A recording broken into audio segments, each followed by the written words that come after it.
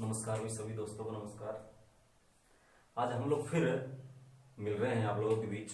और हमने बात की थी भाई, हमारी पिछली जो चैप्टर थे, जो पिछली क्लास थे, हमने बात की थी अजमेर के चौहान वंश की। हमने अजमेर के चौहान वंश की बात की थी। हम पृथ्वीराज चौहान के बारे में पढ़ रहे थे और हमने देखा था कि जब पृथ्वीराज चौहान की जब पराजय हुई थी तराइन के द्वितीय युद्ध में मोहम्मद गोरी से, और तो मोहम्मद गोरी पृथ्वीराज चौहान के पुत्र गोविंदराज को अजमेर को सौंप करके चला गया था। क्या भाई, पृथ्वीराज चौहान का पुत्र था कौन? गोविंदराज। और गोविंदराज को अजमेर सौंप कर मोहम्मद गोरी चला गया था। और वही कौन?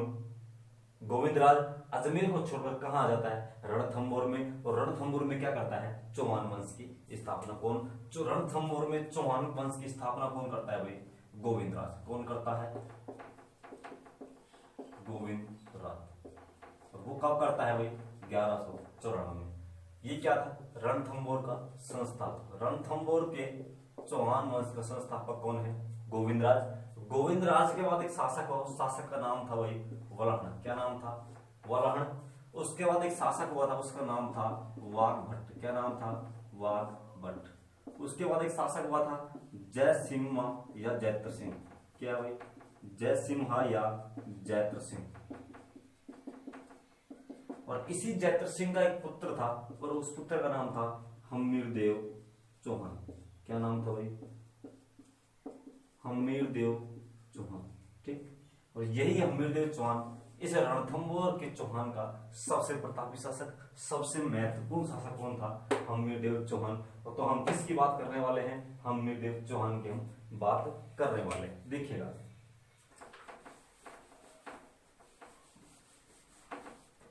हम अगर बात करें हम्मीरदेव चौहान की, आज रणथंभौर का शासक कौन है? हम्मीरदेव चौहान। हम्मीरदेव चौहान। और ये कब शासक बना? 1282 से 1301। कब भाई? 1282 से 1301। थोड़ी सी इसकी डिटेल हम लोग देखते हैं। इसके बारे में हम लोग देखें तो पिता का क्या नाम था भाई? पिता का नाम जैत्र सिंह। क्या नाम था? पिता का नाम जैत्र सिंह। ठीक है। इसकी पत्नी, पत्नी का नाम रंगा देवी। क्या नाम था? पत्नी का नाम रंगा देवी। इसकी माता, माता का नाम हीरा देवी। क्या नाम था? माता का नाम हीरा देवी। इसकी एक पुत्री और उस पुत्री का क्या नाम था? पद्मला। क्या नाम था? पद्मला या देवल देवी। क्या नाम था? पद्मला या देवल देवी। इसका सबसे प्रिय घोड़ा, एक घोड़ा, और उस घोड़े का क्या नाम था भाई? बादल। क्या नाम था? पिता जैत्र सिंह, पत्नी रंगा देवी, माता हीरा देवी, पुत्री पद्मला, और घोड़े का नाम क्या था? बादल।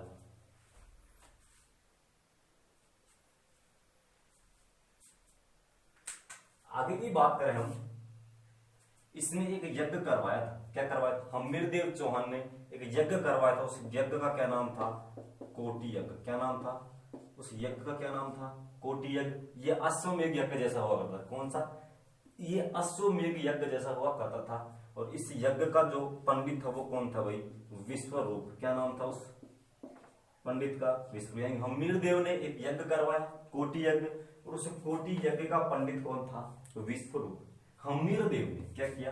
देखना, हम्मीरदेव ने रणथंभौर के अंदर, कहा? रणथंभौर में 32 खंभों की छतरी बनवाई। कितने खंभों की? 32 खंभों की छतरी बनवाई। 32 खंभों की छतरी बनवाई। और इसी 32 खंभों की छतरी को क्या कहते हैं? न्याय की छतरी। क्या कहते हैं? न्याय की छतरी। क्यों बनवाई थी? ऐसा कहा जाता है कि हम्मीरदेव चौहान ने रणथंभौर दुर्ग के अंदर 32 खंभों की छतरी बनवाई और अपने पिता जैत्र सिंह के शासनकाल की याद में। क्यों बनवाई थी? अपने पिता जैत्र सिंह की शासनकाल की याद में। यानी कि अब इसके पिता जैत्र सिंह ने रणथंभौर पर कितने वर्ष अधिकार किया था? 32 वर्ष अधिकार किया था। और जो जैत्र सिंह था वो यहाँ क्या करता था? इस छतरी में बैठ करके क्या करता था?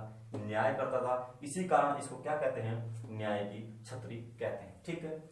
आगे हम देखें, थोड़ी सी अगर हम बात करें, हम्मीरदेव चौहान ने एक पुस्तक लिखी थी। क्या लिखी थी भाई? एक पुस्तक लिखी थी और उस पुस्तक का क्या नाम था? श्रृंगार हार। क्या नाम था उस पुस्तक का? श्रृंगार हार। क्या नाम था उस पुस्तक का?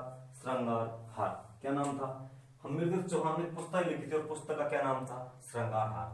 हम इसके दरबार में कुछ विद्वान रहते थे, हम उन विद्वानों की अगर बात करें तो इसके बारे में ग्रंथ मिलता है और उस ग्रंथ का नाम है भाई, क्या नाम है?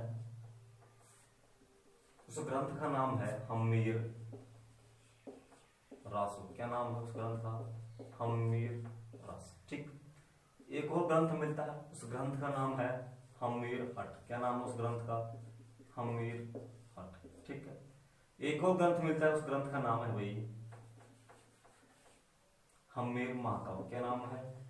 हम्मीर महाकाव्य। ठीक है। एक ग्रंथ हम्मीर रासो, इसके बारे में एक ग्रंथ हम्मीर हट और एक और ग्रंथ हम्मीर महाकाव्य। हम्मीर रासो के जो रचयिता थे वो कौन थे भाई?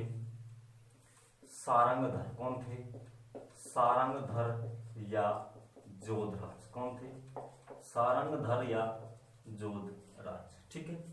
हम्मीर रासो के रचनाकार कौन? सारंगधर या जोधराज। हम्मीर हट के रचनाकार कौन? चंद्रशेखर। कौन थे भाई? चंद्रशेखर। कौन थे? चंद्रशेखर। और हम्मीर महाकाव्य के रचनाकार कौन थे? नयन चंद्र सूर्य। कौन थे? नयन चंद्र सूर्य। ठीक है।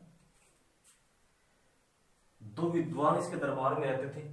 एक विद्वान राघव देव। क्या नाम था? राघव देव।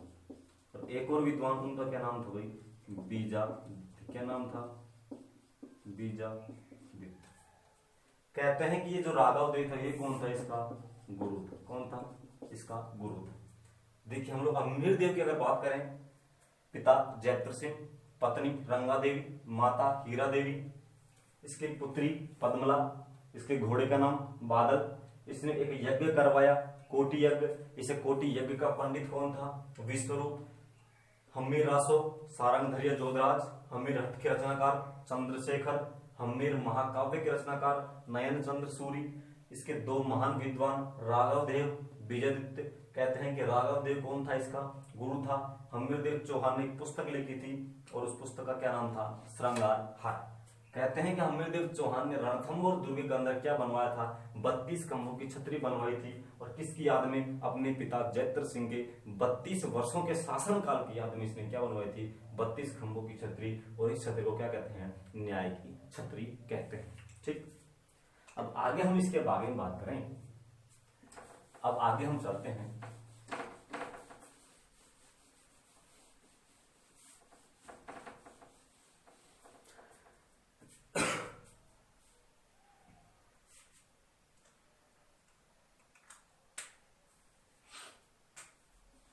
आगे हम चलें।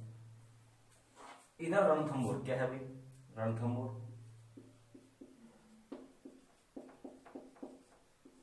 रणथंभौर का शासक कौन है? हम्मीर देव चौहान। कौन है भाई? हम्मीर देव चौहान। ठीक है। रणथंभौर का शासक कौन? हम्मीर देव चौहान। इसी हम्मीर देव चौहान के समकालीन दिल्ली का शासक कौन था भाई? जलालुद्दीन खिलजी। कौन था? जलालुद्दीन खिलजी। कौन था? जलालुद्दीन खिलजी। ठीक है। दिल्ली का शासक जलालुद्दीन खिलजी, रणथंभौर का शासक हम्मीर देव चौहान। कहते हैं कि रणथंभौर दुर्ग के पास एक छोटा सा दुर्ग था, उस दुर्ग का क्या नाम था भाई? जाहिन। यहाँ क्या है? रणथंभौर दुर्ग। ठीक है। और यहाँ कौन सा दुर्ग है भाई? जाहिन दुर्ग। क्या है? जाहिन दुर्ग। और इस जाहिन दुर्ग को क्या कहते हैं? रणथंभौर दुर्ग की कुंजी। क्या कहते हैं भाई? इसे जाहिन दुर्ग को क्या कहते हैं? रणथंभौर दुर्ग की कुंजी कहते हैं।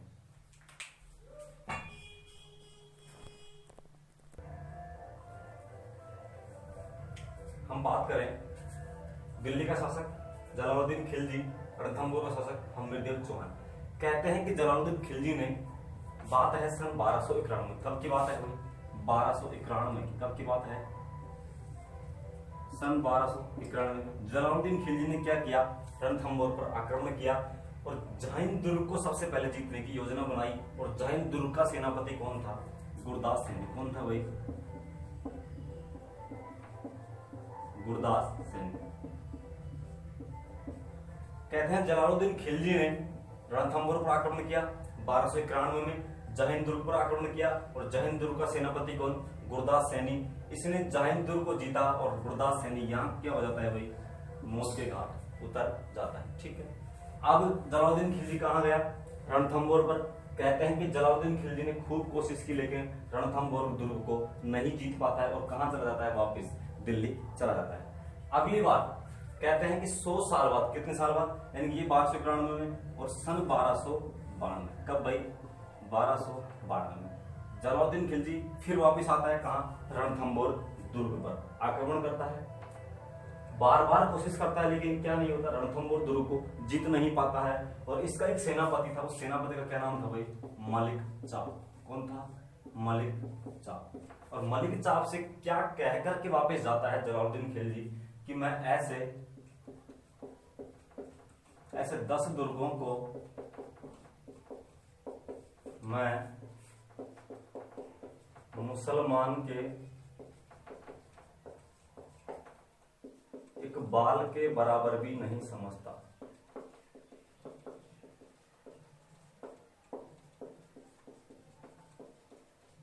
क्या कहता है?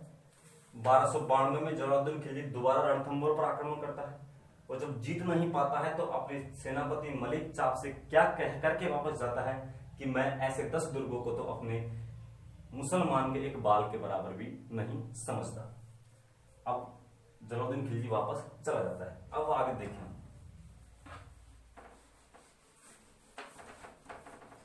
अब वही रणथंभौर का शासक हम्मीरदेव चौहान, जैन दुर्ग। और इधर अब कौन बन जाता है दिल्ली का शासक? अलाउद्दीन खिलजी। कौन बन जाता है भाई?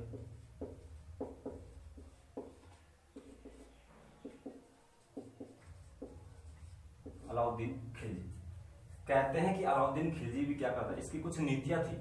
कहते हैं कि अलाउद्दीन खिलजी भी क्या करता है? रणथंभौर दुर्ग को जीतना चाहता है। किस प्रकार से? देखिए क्यों इस पर आक्रमण करना चाहता है, क्यों जीतना चाहता है, देखिएगा।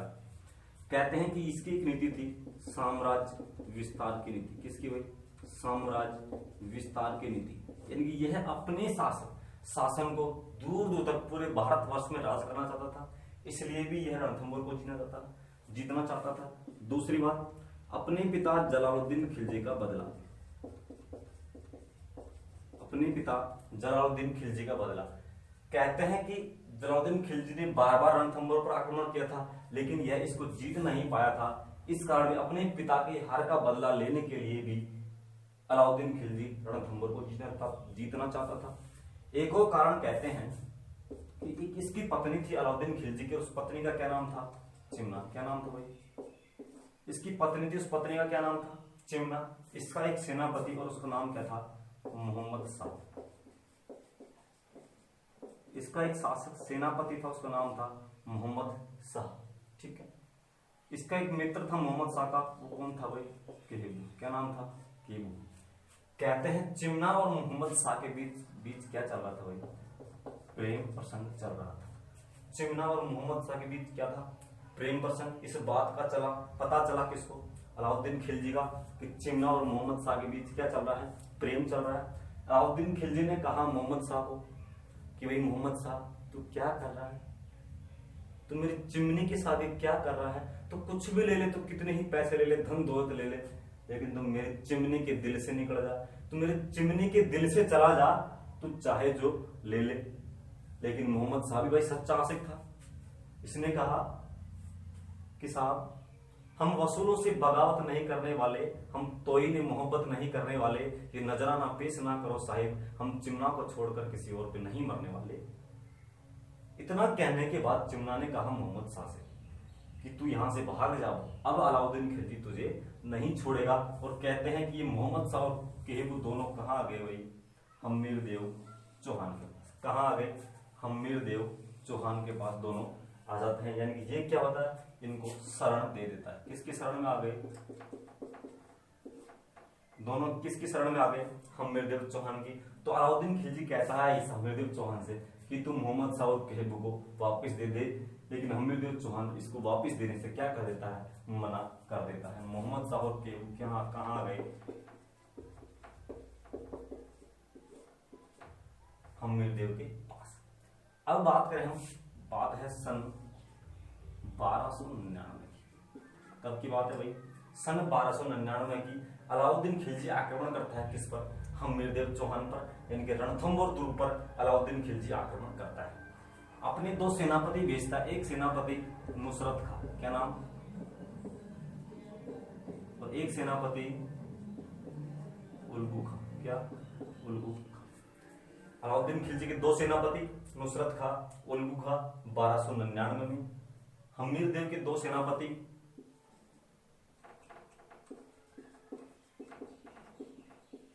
भीम सिंह और धर्म सिंह, भीम सिंह और धर्म सिंह, क्या भाई, इसके दो सेनापति नुसरत खां, उल्गू खां, इसके दो सेनापति भीम सिंह और धर्म सिंह। कहते हैं कि इनके बीच एक स्थान पड़ता है हिंदू वाट, क्या है, हिंदू वाट नामक स्थान पर युद्ध हुआ और यहाँ भीम सिंह मारा जाता है। क्या मारा जाता है, भीम सिंह मारा जाता है। ये इधर आ गए और ये इधर वापस चले जाते हैं, लेकिन इनको ये जीत नहीं पाता है। क्या नहीं कर पाता है, इनको जीत नहीं पाता, ठीक है।